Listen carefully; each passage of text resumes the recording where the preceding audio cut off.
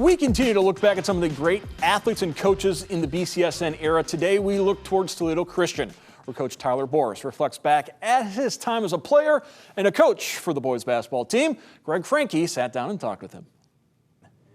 And welcome back to another edition of BCSN's Looking Back, where we have the enjoyable task of going back down memory lane with a lot of past and present and certainly, I would imagine, future BCSN athletes, coaches, and so forth, people that really make the channel what it is. And we're with Tyler Boris from Toledo Christian. As we sit here today, just got back from, finished off taking Toledo Christian on their longest postseason run ever, just missed going to state. I'm sure you're going to have a lot of great future years too. But I think back to that all began back in the days when you were playing for Toledo Christian under a great coach in Dave McQuinney. Some of the most exciting tournament basketball that I've ever seen was some of those games that you guys played back, especially at Liberty Benton. Yeah, I mean, it's different down there. You know, the communities really get involved when you play those small towns, and it just makes it, you know, Liberty Benton probably holds 2,500, 3,000 people, and you get that thing mostly full, and it makes a lot of exciting basketball. Yeah, it makes it feel like there's 3 or 4 times the number. But I always really liked, just at that level, the basketball it's pure in a certain sense, because you don't have maybe some of the players that have the size advantages, the height advantages, and so forth. You really have to play more strategic, but there's a lot of, and especially with the Dave McQuinney teams, there was a lot of up-tempo game and a lot of great teamwork. That's what I loved about it. I'm sure you found it that way too. Yeah, you know, it all depended on who we played. I think back our one junior year Continental game was 33-36, and then senior year, you know, we probably scored more 50s, 60s, and 70s. It all depended on who you played and what the scout was. And even with this year, you know, we scored a lot of points. We like to get up and down, and back to when I played, we pressed a lot, and, you know, it just depended on your matchups and what you wanted to exploit. Well, I think what you learn from it is that even if the score is low, it still can be exciting. Yeah. I mean, there's still a lot of skill involved in it, even if you're controlling the ball, but you're up against a lot of pressure, and you have to make plays. You can't turn the ball over in a key situation. High intensity, all that stuff was there, and I feel that it's still there, and I really enjoy that, that level of basketball. I always did. I remember Ethan Michael, he was your great, and he was, I say that, there weren't as many of the real tall guys. What was he, about 6'9"? He went to play at Air Force. 6'7", 6'8", went and played at Air Force. You know, we always joked we don't get a lot of big kids, but it's every maybe 4 or 5 years you get, you know, like this last year, Xander Hessen for us. Ethan Michael kind of in the 2005 to 2009 range. Joe Ochoa was a really big guy for us. So when we get them, we have to make sure we use them, because it doesn't happen very often. And it wasn't just the size. Ethan had a lot of skill too, and just like Xander has. How similar were those two guys? Yeah, I mean, Ethan was longer. He affected a lot more shots defensively. He was a little bit more athletic, but I think Xander was a little stronger. Xander could shoot a little better.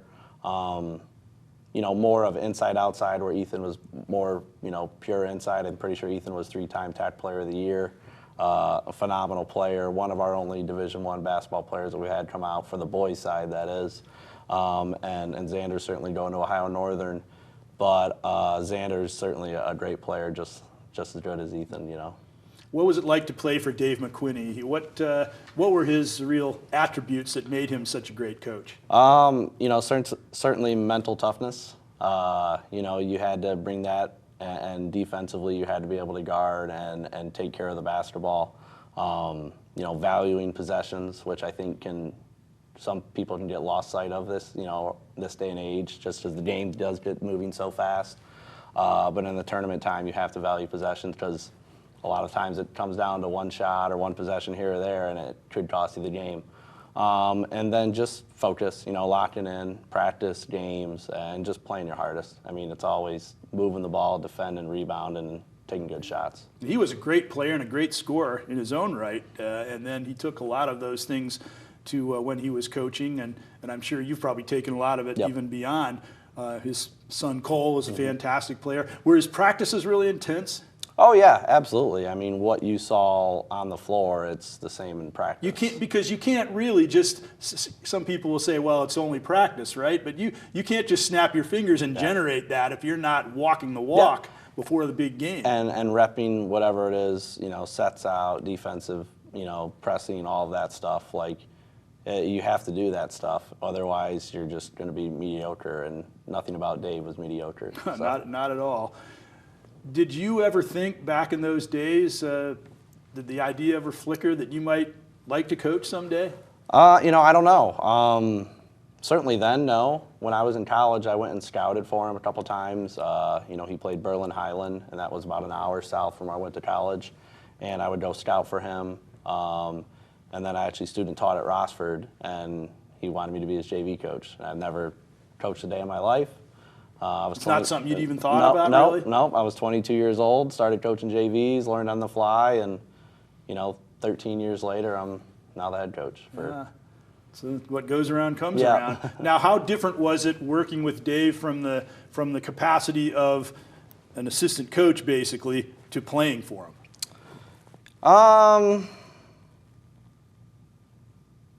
There were some similarities. I mean, he was demanding just as to be on his staff with watching film and keeping up on, training and new fundamentals of basketball, because the skill work level has skyrocketed from when I was a player. You had to make sure you're watching film and I go now, it's Twitter. You can get tons of stuff on Twitter. And I tell all my coaches there's a lot of good stuff on Twitter and Instagram and all that, which back then, we didn't have any of that stuff. It was a lot of going to clinics, and we still do that too. But the internet is a great tool as long as you use it correctly. Yeah, certainly. And I think it was there then, but not nearly Right. to the extent that it has become. To what extent do you find yourself, and I would have to imagine there would be a large extent when you play for a great coach like that, then work with him so long, then you become a coach. To what extent are you sort of taking stuff that you gathered from him and incorporating it into your own game? And maybe are there some areas that you kind of got some of your own ideas? Yeah, probably the last 6, 7, 8 years, we really went to dribble drive motion, and that's something we still do to the day. I'm thinking next year we don't have a lot of bigs, so we might go more 5-out motion. Back when I played, it was 3 out, 2 in, and pound the ball inside and all that, and the game's when changed. You had Ethan Michael, right, you do that, right? and the game's changed a lot. With 3-point line and guys being able to shoot it and shooting it from deeper. So we shoot a lot more threes than probably we ever did. I don't remember anybody who was just like the dead-eye three-point Right, guy yeah. in those teams, unless it was you. No, it wasn't me. It was Jack Sims on my team was a good shooter. Coach Sims was Dave's longtime assistant for 20-plus years. He was one of the really good shooters we had. But just the skill factor of everybody being able to dribble, pass, and shoot, it brings the whole team up rather than just having one guy that teams can key in on. It makes for a better team. And then, defensively, we still do a lot of the same stuff. We'll play man-to-man, we'll play matchup zone, we'll press. It just depends on what we have, really. How are the practices a lot different? Do you emphasize some of the skill aspects more than you used to? Are there new innovations that have come along, I would imagine, that didn't exist think back then? The one thing he really did was he really emphasized shooting and skill work every day. And that was something we maybe didn't do so much when I was a player. We certainly got shots up, but now it's almost, we probably 40 minutes a day between shooting and skill work do that. And that's something, it was just a non-negotiable for him, and I've kept it because kids have to be skilled, they have to be able to shoot the ball and all of that. And it helps because some kids will put time in the off season, but not everybody will. And you can still get that kid that, picks up the ball the first day of practice, get him to be pretty good by the end of the year rather than that kid that maybe plays all year round, because we don't have too many of those kids. Yeah. You hear a lot about how the players are getting bigger, stronger, faster, and all of those kinds of things. How do you think your team back when you played could have fared against the teams that are out there today? Could you have made like a good tournament run with that team? Well, I mean, this team we had this past year was our best team we've ever had. I personally like to think maybe I played on one of the best teams we've ever had. We were undefeated, number 2 in the state. But I think this team we had would have beat us by 10 or 15 points. They were just physically stronger, more skilled, more athletic. Ethan would have matched up with Xander pretty well, but I think myself and my cousin played on the team, and Jack Sims, we would have struggled with Kanye, Carter Kester, and Kaylon Butler. But you could have beaten a lot of the other teams. Yeah, I think we could have been all right with some of the other teams. You might have been able to get to that, final game and meet up with them for a trip to state. We were talking about this a little bit. They're going to expand the basketball divisions now. Do you think that will maybe make it more likely that we're going to see Toledo Christian maybe even go further than they've gone in the past? Maybe. It all depends on where teams shake out. I've always told people sometimes Division III is easier than Division IV. It just depends who's where and what teams have coming back. I don't know if we'll ever be Division VII just because of where they put the cut line. Our school's growing. But I'm happy, wherever we are, D5, D6, D7, we're still going to compete and play like crazy and try our best to win. Well, however it works out, we know one thing, it's going to be really exciting because from all the years BCSN's been around, going past 20 years now, Toledo Christian basketball has been that. Thanks a lot, Tyler Boris, for joining us here on Looking Back. Thanks for having me.